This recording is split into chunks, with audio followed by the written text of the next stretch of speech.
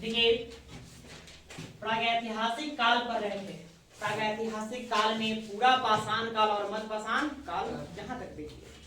आज हम लोग नवपाषाण काल पढ़ेंगे और इसी के साथ प्रागैतिहासिक काल भी समाप्त करेंगे। नवपाषाण काल, पाषाण काल, इसका समयावधि हमने बताया था कितना है, 10,000 से होगा जी, किसी को याद, 10,000 वर्ष पूर्व से यह यहाँ से प्रारंभ होगा, हमने बताया।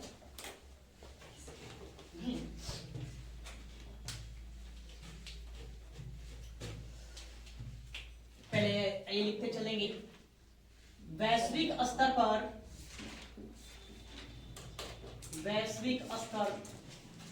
पर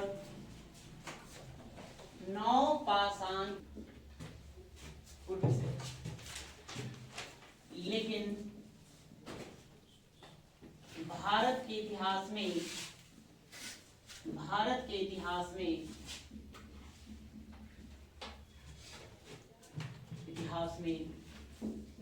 7,000 वर्ष पूर्व से प्रारंभ होता है।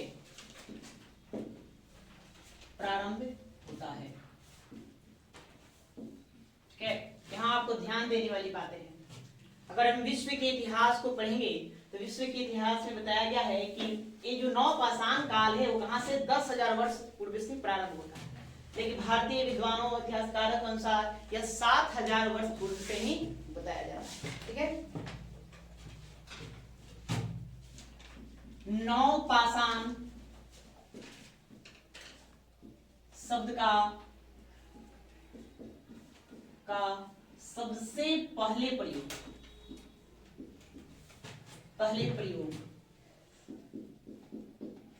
प्रयोग John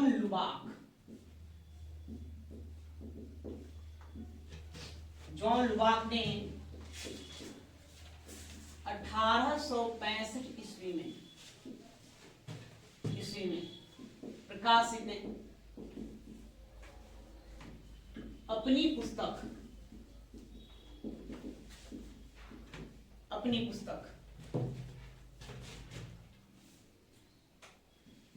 pre historic times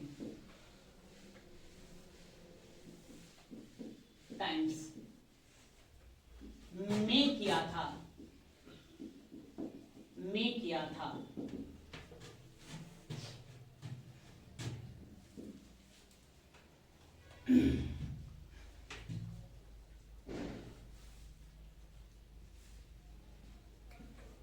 Bharat में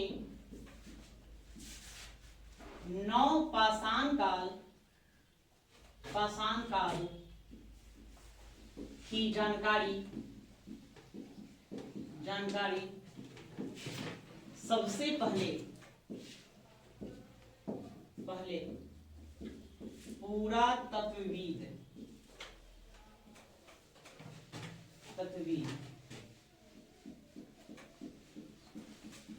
एच.एम. कृष्णा ने कर्नाटक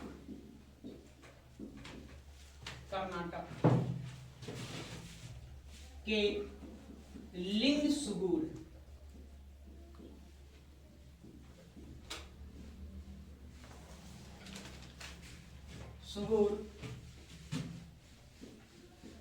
नामक स्थान से खोजे गए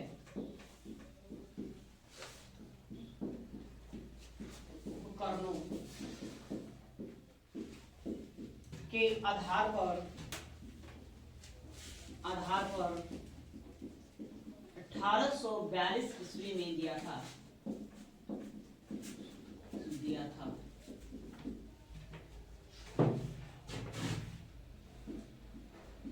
उत्तर प्रदेश में सबसे पहले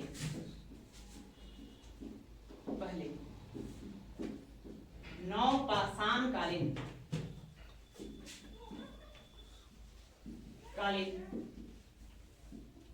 उपकरणों की खोज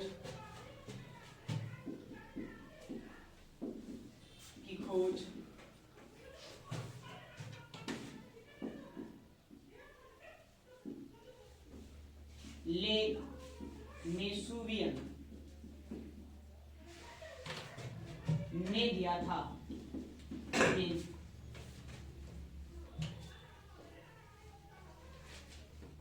ने किया था।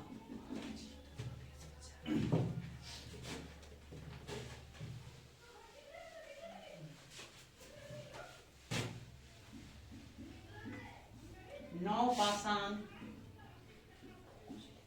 उपकरणों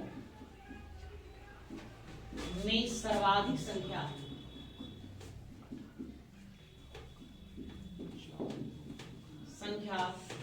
कुल्हाड़ी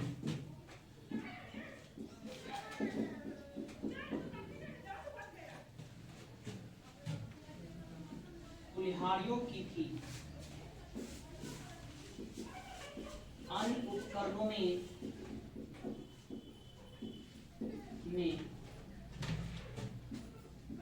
वसूली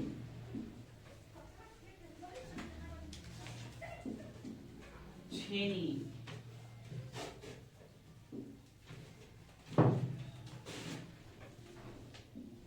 हथौड़ी इत्यादि शामिल है।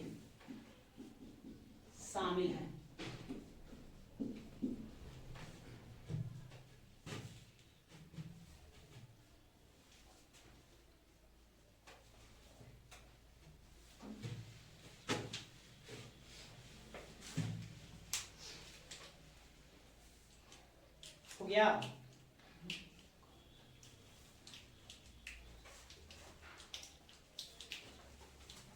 इसको बताना होता है।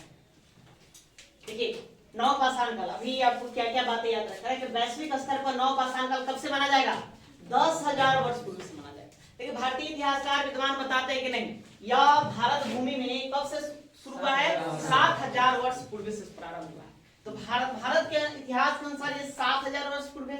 और हम पूरा विश्व का इतिहास देखें तो कब से शुरू माना जाएगा? 10,000 वर्ष पूर्व माना जाएगा। नवपाषाण शब्द का सबसे पहले प्रयोग करने वाले जो व्यक्ति हैं उनका नाम क्या हुआ? जॉन लुबार्क। इन्होंने अपनी एक पुस्तक को प्रकाशित किया था 1865 ईस्वी में। पुस्तक का नाम था प्री हिस्टोरिक टाइम्स। उसी में इन्होंने सबसे पहले नियोलिथिक शब्द का प्रयोग किया था, अर्थात नवपाषाण काल का प्रयोग किया। भारत में नवपाषाण काल की जानकारी सबसे पहले देने वाले व्यक्ति का नाम क्या है? एच.एम.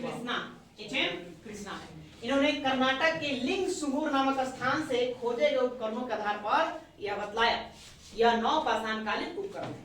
वहीं पर अगर बाद में पूछे उत्तर प्रदेश में, तो उत्तर प्रदेश में नवपाषाण कालीन उपकरणों की खोज मेसुवियन ने किया।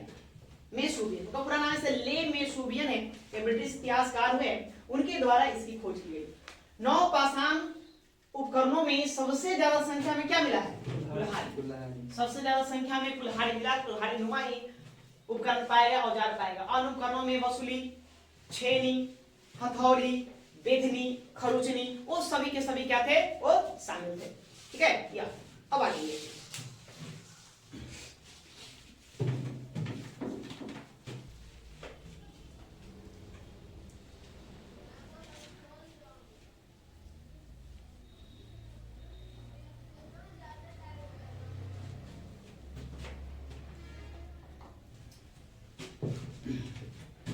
नेक्स्ट,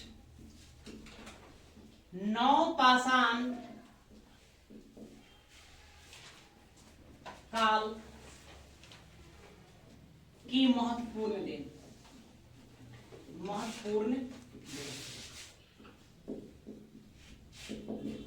देखिए आखिर आप इस एज को, हम 10,000 वर्ष के बाद के एज को नवपाषाण काल क्यों कहेंगे? कुछ तो विशेष बातें रहा होगा। विशेष बातें मतलब कुछ परिवर्तन, बदलाव देखने को मिला होगा। तो क्या क्या यहाँ देखने को मिला, इसको आपको जानना है। तो देखिए नवपाषाण काल में ही आदि मानव क्या करेगा? अस्थाई निवास। अब इसको समझते चलेंगे, उसके बाद लिखेंगे निवास। अब यहाँ लोग आकर के इस काल में अस्थायी रूप से रहना प्रारंभ कर देंगे। मतलब कि क्या हो जाएगा, गृह निर्माण आप कर सकते हैं, गृह निर्माण। तो गृह निर्माण अब आज के जैसा आप नहीं समझेंगे, ईंट पत्थरों से निर्मित नहीं, मतलब झुग्गी झोपड़ी बांस के बलियों के द्वारा ये लोग अब अस्थायी रूप से रहना प्रारंभ कर देंगे। पशुपालन का प्रारंभ यहां सब पशुओं को पालना मूलतः ये लोग क्या करेंगे, शुरू कर देंगे, प्रारंभ कर देंगे। कृषि की खोज, खेती बाड़ी का खोज इसी काल में हो जाएगा, कृषि की खोज। चाक का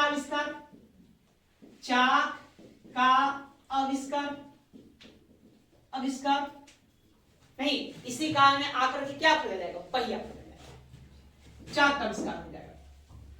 उसके बाद वस्त्र का उपयोग इसी काल में करेंगे। मृदभांड का उपयोग, मृदभांड का निर्माण, यहीं पर मृदभांड का निर्माण होगा। अग्नि का सामुचित प्रयोग,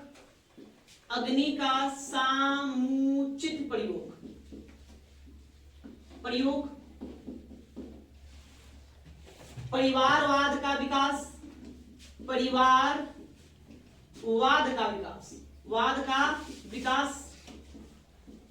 विकास, या आप इसको कह सकते हैं जब परिवारवाद का विकास होगा तो ग्राम समुदाय का विकास, समुदाय का विकास।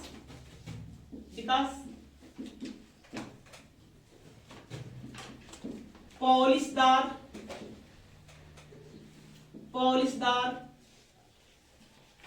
पाषाण उपकरण ना, ये सब नव पाषाण काल की महत्वपूर्ण देन है, यही आपसे याद करना है। आपसे पूछेगा, आप बताइए कृषि की खोज किस काल में हुआ? तो नव पाषाण का, चाक का आविष्कार नव पाषाण का, आग का आविष्कार पूरा पाषाण। ऐसे याद रखना, आग लगाओ तो पूरा लगाओ, वरना मत लगाओ। मतलब आग पूरा पाषाण काल नहीं। घर आप बनाएंगे तो कैसे बनाएंगे, नया कि पुराना? नया बनाओगे ना, नया बनाना पसंद करोगे तो है ना। गृह निर्माण करो तो नया करो, नए सिरे से करो, अर्थात नौ पाषाण का। वस्त्र आप खरीदने जाएंगे तो कैसा खरीदेंगे, नया खरीदेंगे पुराना खरीदेंगे? नया खरीदेंगे। तो वस्त्र की खोज नौ पाषाण का, ये सब नौ पाषाण काल के दिन है। तो नौ पाषाण काल में ही आदि मानव अस्थायी रूप से निवास करना शुरू किया। सबसे पहले आप कह सकते हैं कि उन लोगों ने खेती को ढूंढ निकाला कि कृषि हमको करना है। जब कृषि करना है, आप फसलें बो देंगे तो फसलों की सेवा करना पड़ता है। तो फसलों को सेवा करने के क्रम में आपको स्थायी रूप से रुकना होगा। ये लोग स्थायी निवास करना प्रारंभ कर देंगे, अर्थात गृह निर्माण का प्रारंभ होगा। ठीक है, गृह निर्माण का प्रारंभ हुआ। खेती करने में पशुओं का प्रयोग करते थे, भोज्य के तौर पर, है ना, आहार के तौर पर भी पशुओं का प्रयोग करते थे। तो पशुपालन का काम शुरू कर दिया। इस काल की सबसे महत्वपूर्ण देन है चाक का निर्माण। चाक का खोज होते ही बहुत कुछ दृश्य बदल गया। चाक का आविष्कार हुआ, तो चाक के आविष्कार से लोगों ने क्या किया, मृत भांडों को बनाना शुरू कर दिया, मिट्टी के बर्तन। यहाँ मृत भांड यहाँ पर तैयार होगा। ठीक है, फिर चाक के आविष्कार से ही पहिए का प्रयोग किया। आप यहाँ कह सकते हैं चाक का आविष्कार या पहिया का आविष्कार। तो पहिए के आविष्कार से क्या हुआ है, भारी भरकम वस्तुओं को एक स्थान से दूसरे स्थान पर लाने ले आने में सुविधा उत्पन्न होने लगी। अर्थात कह सकते हैं उन लोगों ने यातायात का एक साधन ढूंढ निकाला। मृदभांड का निर्माण चाक का एक कारण ही हुआ है। वस्त्र का उपयोग, इसी काल में पहली बार मानव द्वारा वस्त्र का प्रयोग किया जाएगा। ठीक है, तो वस्त्र बुनने की कला उसमें उत्पन्न हो जाएगी। अग्नि का समुचित प्रयोग, आग के बारे में तो पूरा पाषाण काल में जानते हैं, लेकिन उसका उपयोग करना हमने सीखा कहाँ, मध्य पाषाण काल में। लेकिन संपूर्ण या है ना समुचित रूप से उसका उपयोग करना हमने सीखा नौ पाषाण काल में। मतलब आग से जो जो कार्य लिया जा सकता है वो सभी कार्य यहाँ पर किया जाने लगा। ठीक है, नौ पाषाण काल में। उसके बाद देखिए, जब मनुष्य अस्थायी रूप से रहना शुरू करेगा तो क्या होगा, परिवार बनाएगा। और उसी परिवार से फिर क्या बनता है, समुदाय बनता है, गांव बस्तियों का निर्माण होता है। तो इसी काल में परिवारवाद का विकास हुआ। जब परिवारवाद का विकास हुआ तो ग्राम समुदाय का भी विकास हो गया। नहीं, अब पॉलिशदार पाषाण उपकरण, यहाँ भी पाषाण उपकरण चल ही रहे, लेकिन ये पॉलिशदार बहुत ही चमकीले अच्छे सुंदर दिखते थे, अब बेडौल नहीं रह गए, एक तरीके से बनाया हुआ एक समुचित माप में, एक निश्चित माप में, आकार में बनाया गया एक उपकरण यहाँ पर पाए गए। ये सभी नवपाषाण काल की महत्वपूर्ण देन। आपका प्रश्न यहीं से पूछेगा कि है ना कि कौन किस काल में खोजा गया, ठीक है, इसको बताइए, इसके बाद आगे देखते हैं।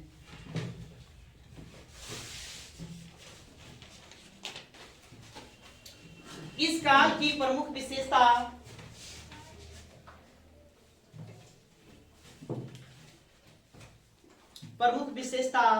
कृषि एवं पशुपालन था।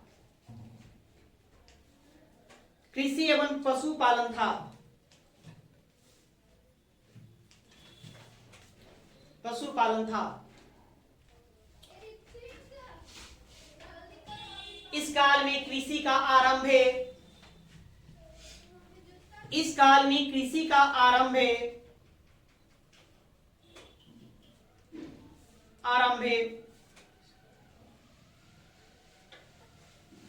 मानव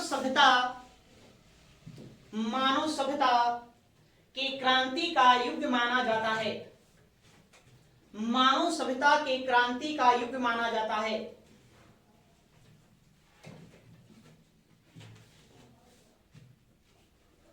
युग माना जाता है।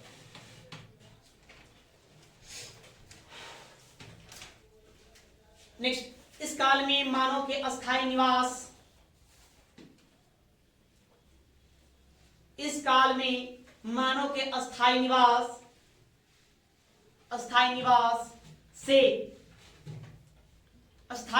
से परिवार,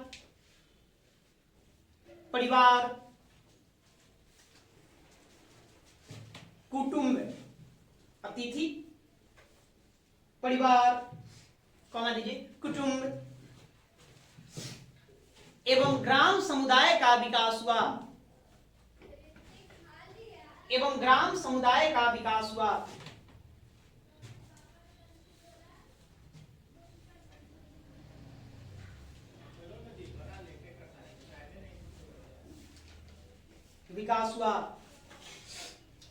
इस काल में चाक या पहिए की खोज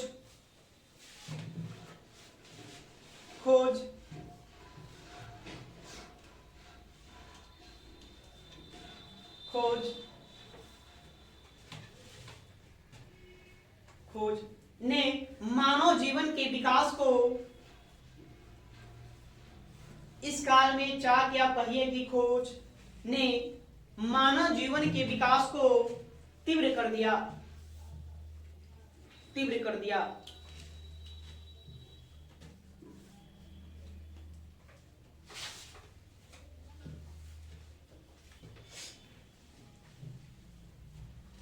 ठीक है, तो इतनी बातें आपको ध्यान रखना है।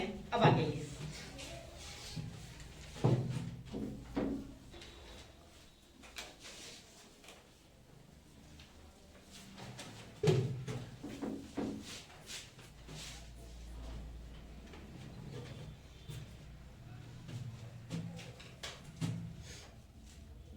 प्रमुख नवपाषाण कालीन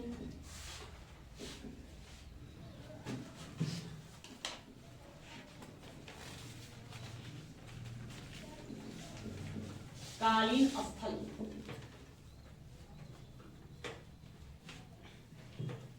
अब हमें स्थलों के बारे में जानना है, ठीक है, यहां से स्थल मेन मायने रखता है। पिछले क्लास में हमने देखा मध्यकाल पाषाण कालीन स्थल बहुत सारे हमने देखा। उत्तर प्रदेश के प्रतापगढ़ जिले में 3 देखे थे, नहीं मिर्जापुर में 2 स्थलों को देखा था। उसके बाद हमने राजस्थान के बागौर में देखा, गुजरात के लंघनाज को देखा था, मध्य प्रदेश के होशंगाबाद जिले में आदमगढ़ को देखा था। उसी प्रकार से आपको नवपाषाण काल में स्थलों को ध्यान में रखना होगा। यही स्थलों से क्या करते हैं, प्रश्न पूछा जाता है। यहाँ पर स्थलों में क्या क्या ध्यान में रखेंगे, तो इसका आपको एक बार ओवरऑल व्यू दे देते हैं। हम यहाँ पर जानेंगे मेहरगढ़, इसके बारे में, मेहरगढ़ के बारे में। मेहरगढ़ से यहाँ से प्रश्न पूछा जाता है।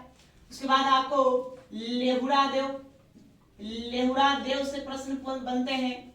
कोल्डी हवा से कुछ प्रमाण मिले, यहाँ से प्रश्न बनते हैं। चौपानी मांडो इसको आपको ध्यान में रखना है।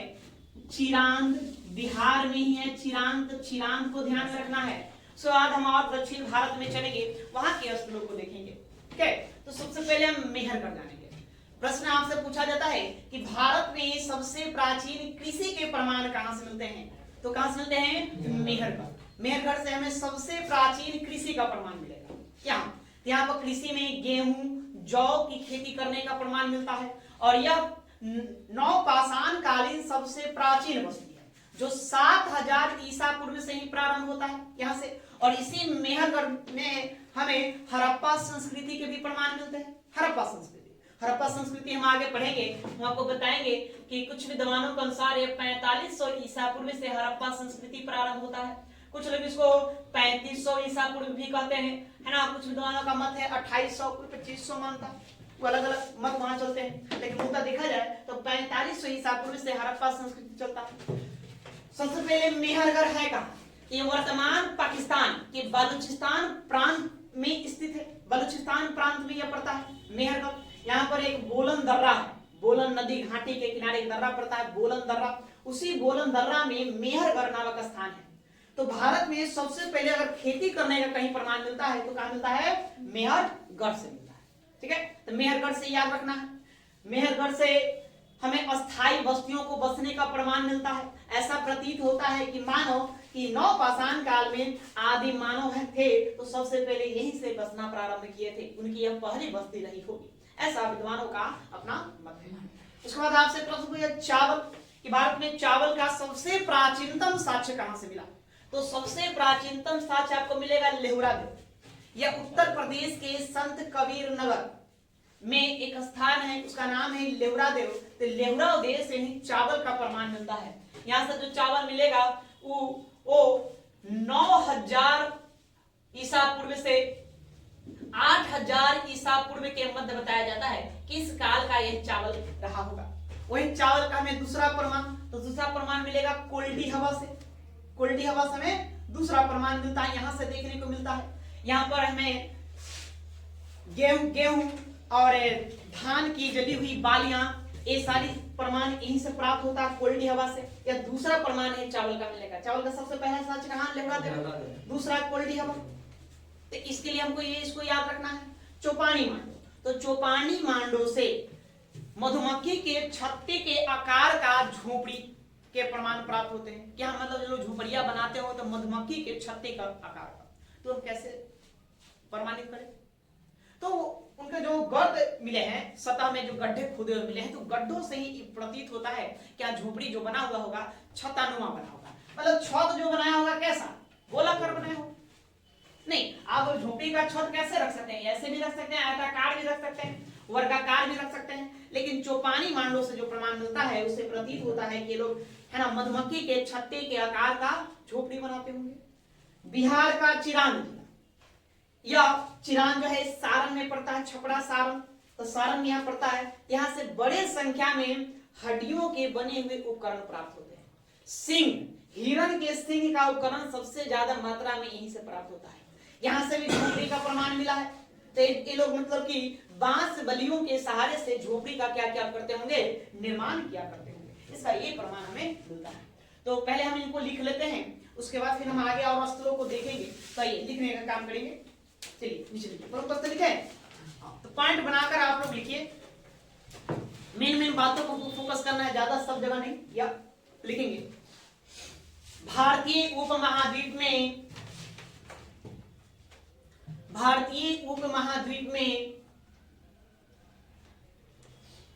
घड़ी खराब हो गया है। भारतीय उपमहाद्वीप में कृषि का प्राचीनतम साक्ष्य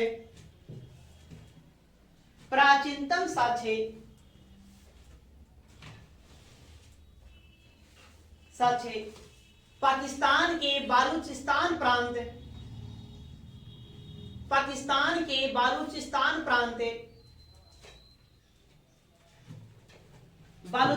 प्रांत के मेहरगढ़ से प्राप्त हुआ है।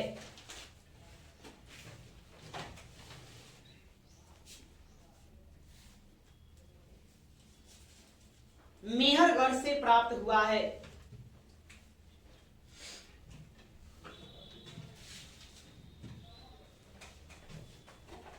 मेहरगढ़ बोलन नदी के किनारे स्थित है। मेहरगढ़ बोलन नदी, देखिए ध्यान देंगे थोड़ा सा, एक हमने नदी आपको बताया है बेलन, बोलन, ये अंतर है। एक हमने नदी आपको बताया होगा सोहन, ठीक है, तो सोहन पाकिस्तान के पंजाब प्रांत है ना, बेलन उत्तर प्रदेश के मिर्जापुर, ये बोलन है ये बालूचिस्तान। कंफ्यूज नहीं होंगे, बस समझे, ये बोलन है, बोलन नदी घाटी या बोलन दर्रा में ही बसा हुआ था कौन, मेहरगढ़। क्या लिखे, मेहरगढ़ बोलन नदी के किनारे बसा हुआ था।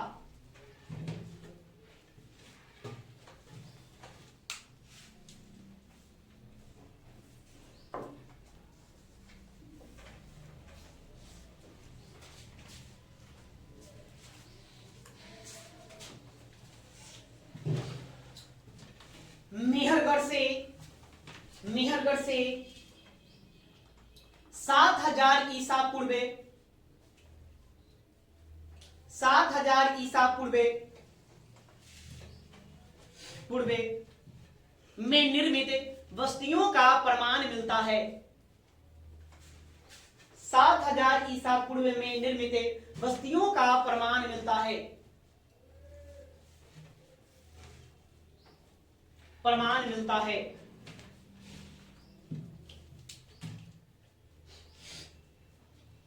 यहां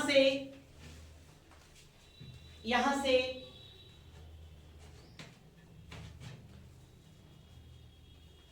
नवपाषाण का काल के साथ साथ यहां से नवपाषाण काल के साथ साथ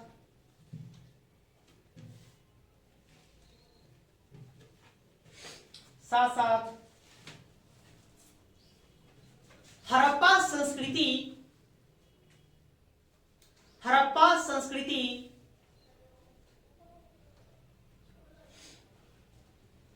संस्कृति के भी साक्ष्य प्राप्त होते हैं।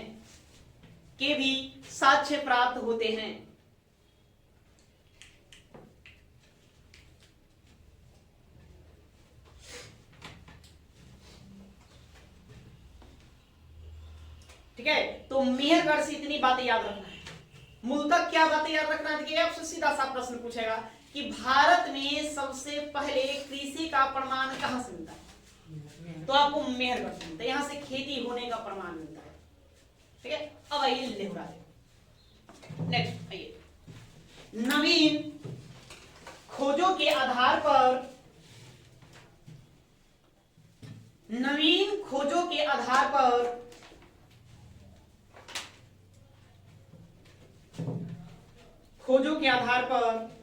कृषि का सबसे प्राचीनतम साक्ष्य नवीन खोजों के आधार पर कृषि का सबसे प्राचीनतम साक्ष्य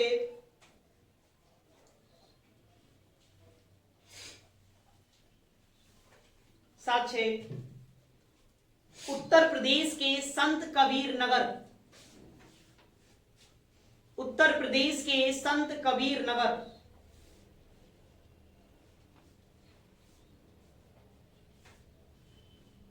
संत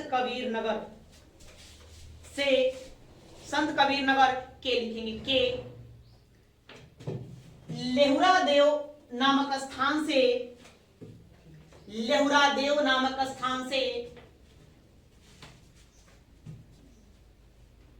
कृषि के सबसे प्राचीन, हाँ कृषि नहीं चावल, सॉरी क्या लिखवा दिए, फिर से रिपीट करो, कृषि लिखा है तो उसको हटाइए, वहां चावल लिखे, चावल, हाँ चावल शब्द का प्रयोग करेंगे, सॉरी मिस्टेक हो गया, चावल शब्द का प्रयोग करेंगे। कृषि का सबसे प्राचीन साक्ष्य कहां से मिल गया, मेहरगढ़ से मिल गया, तो चावल का सबसे प्राचीनतम साक्ष्य कहां से प्राप्त होगा, लेहुरा देव से प्राप्त होगा, वहां चावल शब्द का प्रयोग करेंगे। क्या लिखे, नवीन खोजों के आधार पर चावल का सबसे प्राचीन साक्ष्य उत्तर प्रदेश के संत कबीर नगर के लेहुरा देव नामक स्थान से प्राप्त होता है। उत्तर प्रदेश के संत कबीर नगर के लेहुरा देव नामक स्थान से प्राप्त होता है।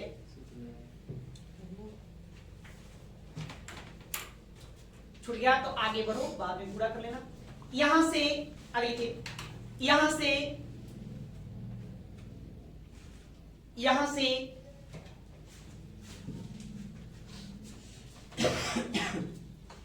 चावल का 7-6,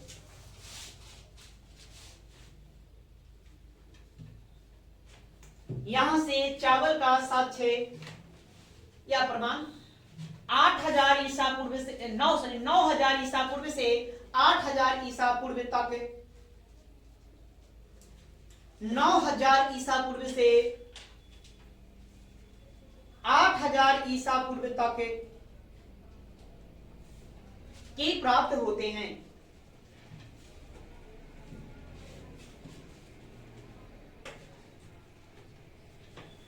के प्राप्त होते हैं।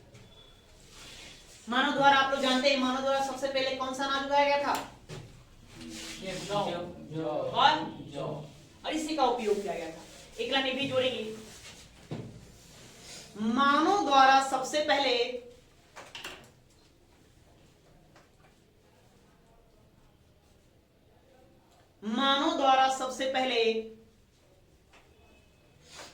जौ का उत्पादन एवं उपभोग किया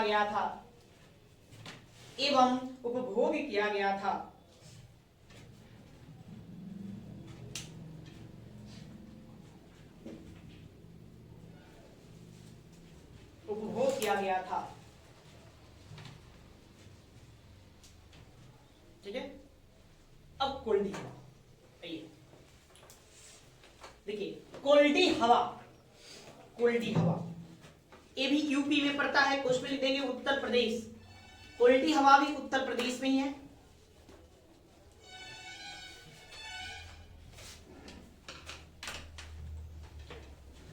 कोल्डी हवा, देखिए कोल्डी हवा से 3 संस्कृतियों का प्रमाण मिलता है। एक आपको नौ पाषाण काल, उसके बाद ताम्र पाषाण काल,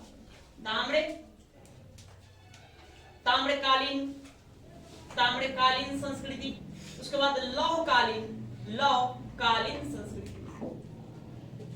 ठीक है। तो 3 संस्कृतियों का प्रमाण हमें एक ही जगह से मिलेगा। कहां से मिलेगा? कोल्डी हवा से मिलेगा। यहां से नौ पाषाणकालीन, ताम्र पाषाणकालीन और लौह पाषाणकालीन 3 संस्कृतियों का प्रमाण मिलता है। मतलब 3 संस्कृति के लोग यहाँ पर निवास करते होंगे। देखिए कोल्डी हवा उत्तर प्रदेश से नौ पाषाणकालीन कौन मानेंगे?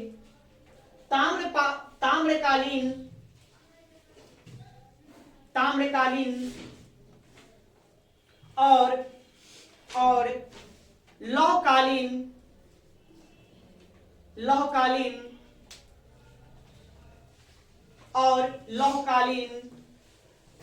संस्कृतियों का प्रमाण मिलता है।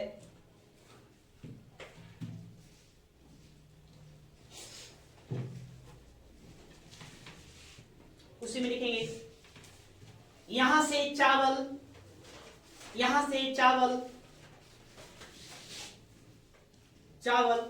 एवं जली हुई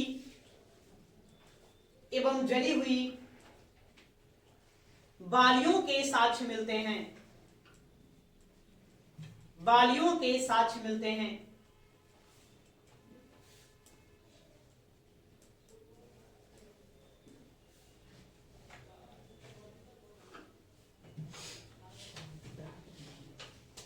धान की बाली, कान की बाली नहीं है ना, बालियों के साक्ष्य मिलते हैं। चावल के साक्ष्य कहाँ से मिलता है? कोल्डी हवा लगाएंगे कि लेवरा देंगे? नहीं, सबसे प्राचीन लेवरा सबसे पहले यहीं से प्राप्त करें हम। ये दूसरा स्थान है जहां से हमको क्या मिला है? प्रमाण मिला है कोल्डी हवा से। कृषि का पहली बार साक्ष्य कहां से मिलेगा? मेहरगढ़ से। खेती से डायरेक्ट पूछे, कृषि मेहरगढ़। चावल सबसे प्राचीन, सबसे पहले लेवरा, उसके बाद कौन? कोल्डी हवा। नहीं, यहीं से धान की बालियां मिली जो जली हुई अवस्था में पाई। चावल भी प्राप्त हुआ है तो ये सबसे पहले चावल हम लेवरा देव से प्राप्त करेंगे। यहाँ से कितनी बातें। आइए उत्तर प्रदेश में है चौपानी मांडो। यहाँ से क्या याद रखना है, मधुमक्खी के छत्ते के आकार का झोपड़ी, ये कहां से प्राप्त होगा, चौपानी मांडो से होगा। हालांकि झोपड़ी का सबसे पहले प्रमाण मध्य पाषाण काल में कहां से मिला था, चौपानी मांडो से ही मिला था। बताए थे चौपानी मांडो में है ना झोपड़ी का प्रमाण मिलता। उसके बाद इस काल में ये लोग है ना मधुमक्खी के छतनुमा झोपड़ियों का प्रयोग करते थे। तो लिखे चौपानी मांडो, चौपानी मांडो कहां पड़ेगा यार, यूपी मिर्जापुर जिला उत्तर प्रदेश। चौपानी मांडो से मधुमक्खी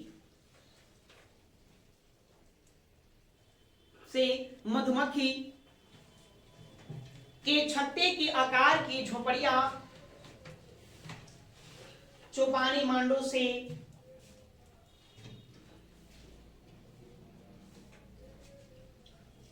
मधुमक्खी के छत्ते के आकार की झोपड़ियां का साक्ष्य प्राप्त होते हैं।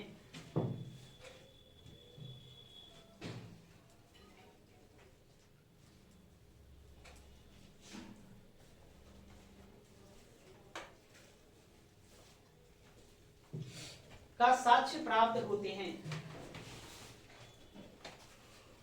ठीक है।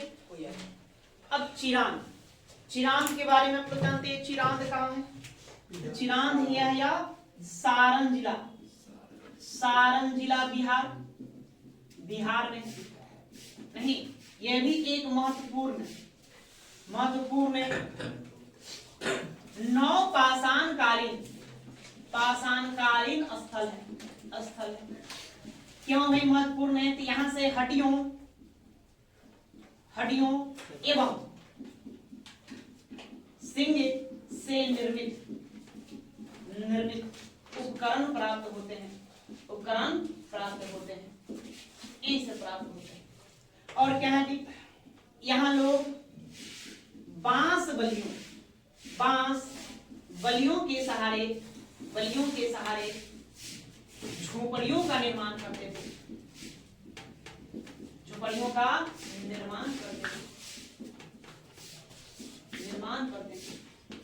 तो इतनी बातें आपको कहां से ध्यान रखना है, चिरांद से ध्यान रखना।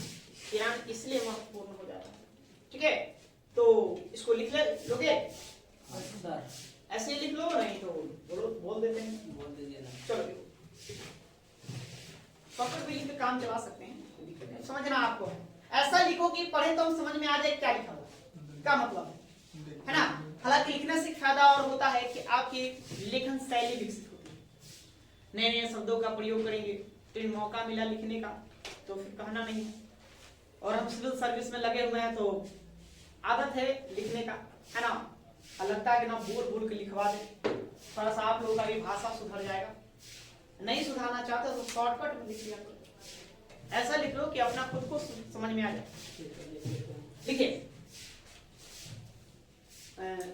लिखिए चिरांद, उस लिखो सारण जिला बिहार, चिरांद सारण जिला बिहार।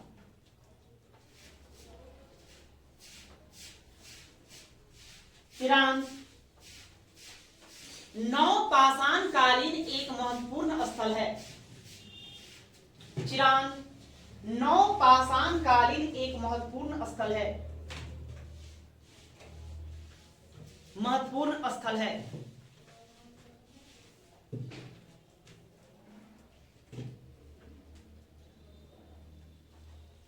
यहां से हड्डियों एवं सिंग से निर्मित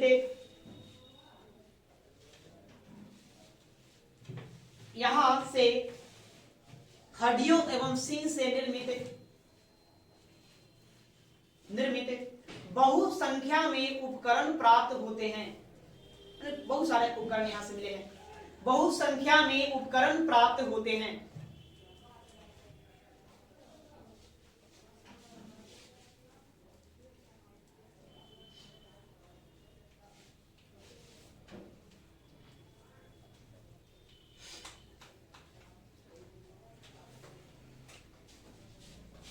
यहां का मानव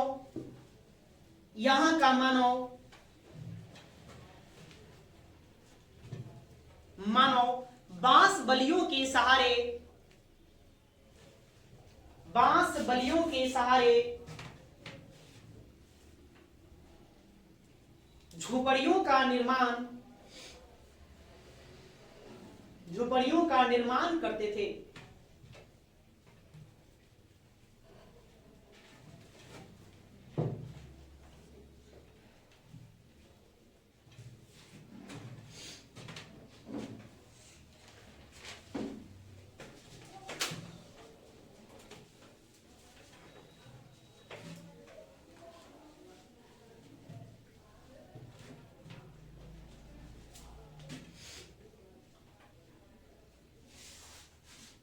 अगला स्थल आपको याद रखना है बुर्ज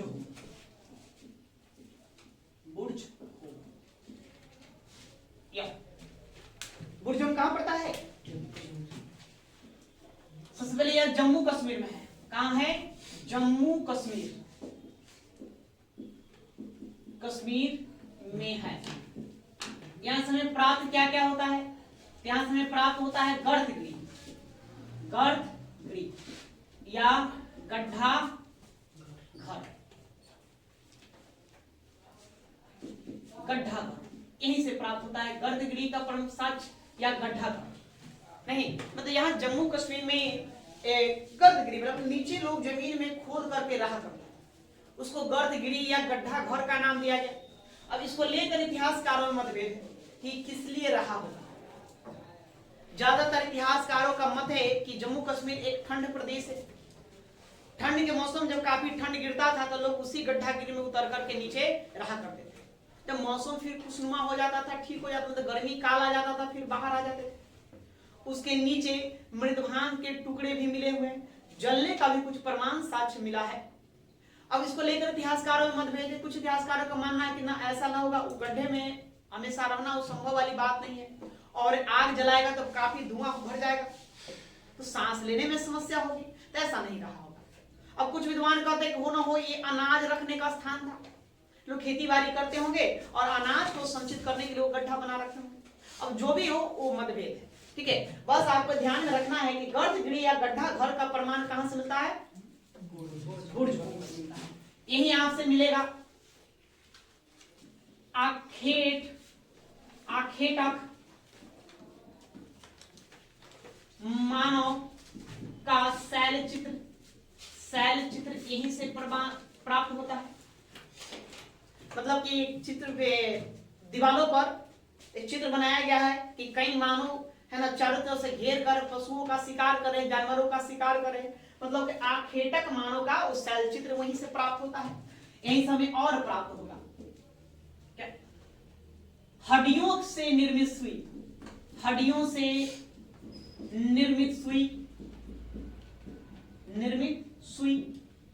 सुई प्राप्त हुआ।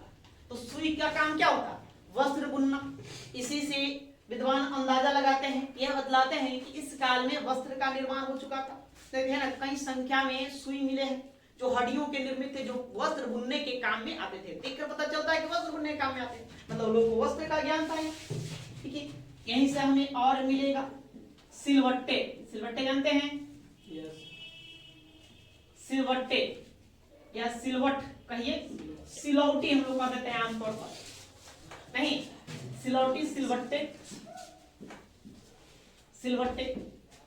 सिलवट्टे का साक्ष्य यहां से मिला है। अर्थात सिलवट्टे से क्या अंदाजा लगाएंगे? मतलब वो लोग अनाज पीसने का काम करते हो तब तो सिलवट्टे मिला। अनाज पीसने का ये लोग काम क्या करते होंगे। यहीं पर हमें और मिलेगा लंबी गर्दन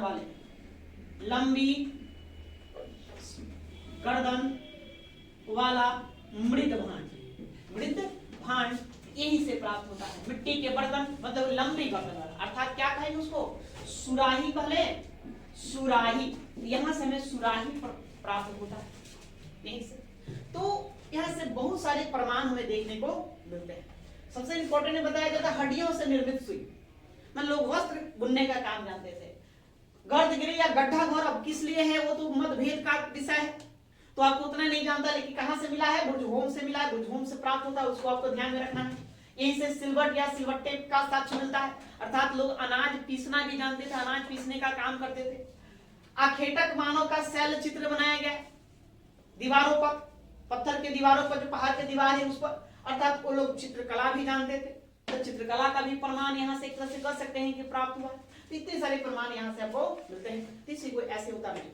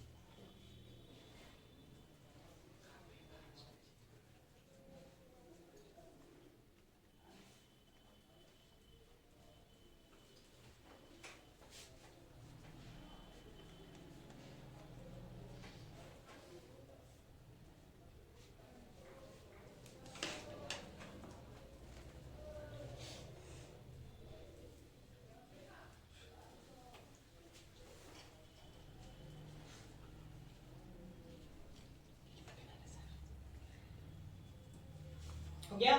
यस सर। चलिए, इसके अलावा और कुछ स्थलों के बारे में हम जानेंगे, जैसे पय्यमपल्ली।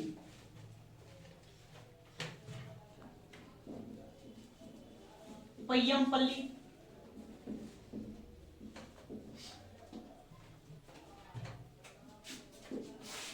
संगनकल्लू, टिकलीहल,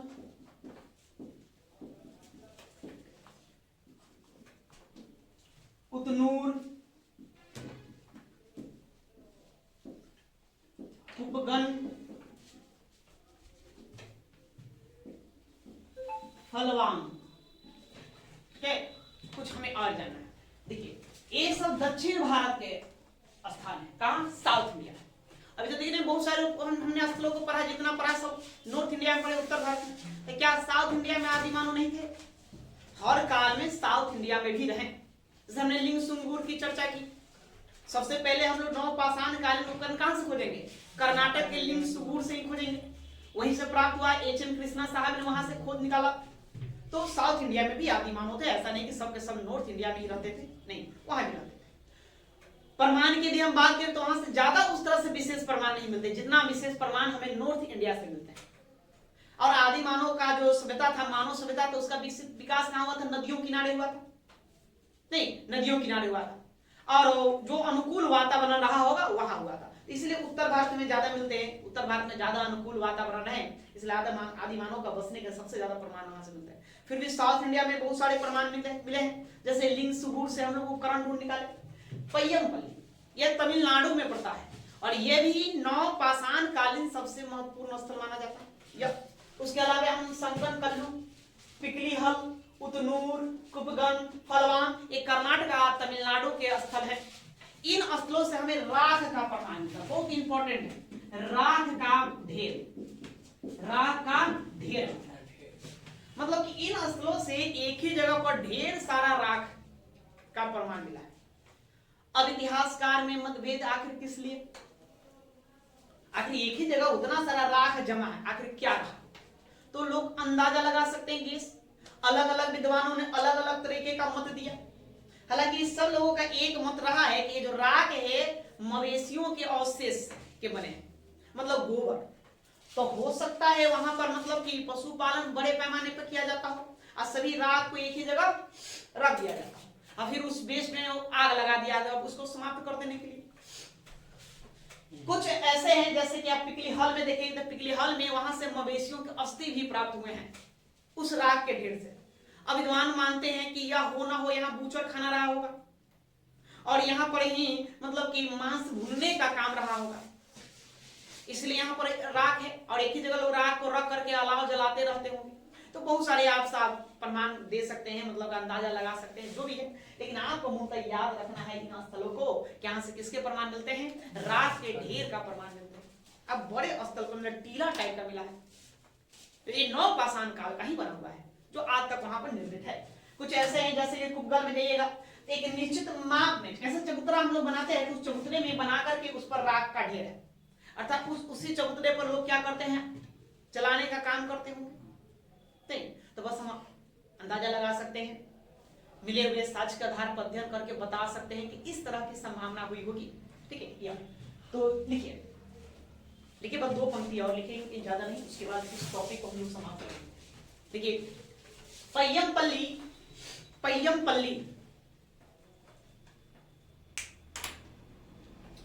तमिलनाडु का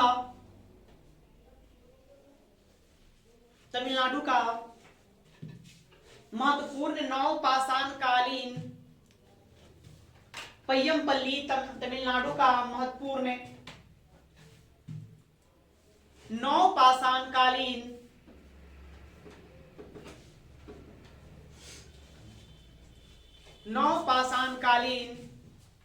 स्थल है।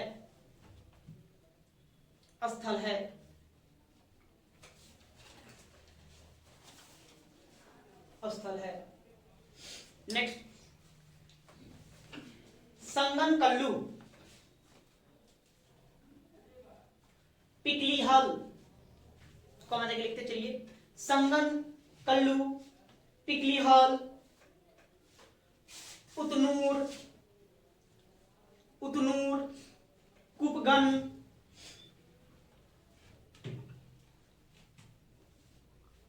उतगन और फलवाम से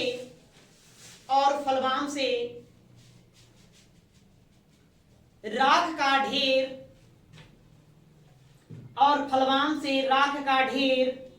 प्राप्त हुआ है, राख का ढेर का प्रमाण प्राप्त हुआ है या साक्ष्य प्राप्त हुआ है, राख का ढेर का साक्ष्य प्राप्त हुआ है। इसमें आप संगनकल्लू को अंडरलाइन करिए, संगनकल्लू को अंडरलाइन करेंगे कि प्रश्न पूछा जा चुका है कि निम्नलिखित में किस स्तर से राख के ढेर का साक्ष्य प्राप्त होता है। तो ऑप्शन में आपको क्या मिलेंगे, संगनकल्लू। नहीं, आप थोड़ा सा हायर एग्जाम में जाएंगे जैसे बीपीएससी यूपीएससी, तो ये सब ऑप्शन में डाल देगा है ना, ये सभी, या उसमें से एक दो ऐसा भी डाल देगा जहां से राख का प्रमाण नहीं, वो ऑप्शन कूट वाला बनाता है, आप जानते हैं 1 2 और 3 सही है ना, 1 3 4 सही, तो ऐसे भी देंगे। तो उसी स्थिति में आपको सबको ध्यान में रखना होगा। नहीं तो वनडे एग्जाम में जनरली हम देखते हैं कि ये ऑप्शन रहता है, संगनकल्लू रहता है, तो ये इंपॉर्टेंट बात है। ठीक है, तो यहाँ आपका नवपाषाण काल भी समाप्त होता है और साथ ही प्रागैतिहासिक काल जो हम पढ़ रहे थे नहीं, वो यहाँ पर समाप्त होता है। पिछले क्लास में इसको हम रिकॉल करेंगे और आगे हम ताम्र कालीन संस्कृति को देखेंगे, उसके बाद फिर हम लौ कालीन देखेंगे, अर्थात हड़प्पा संस्कृति में फिर हम क्या करेंगे, इंटर कर जाएंगे। ठीक है, तो आज के लिए इतना ही रहने देते हैं, बाकी अब अगली क्लास में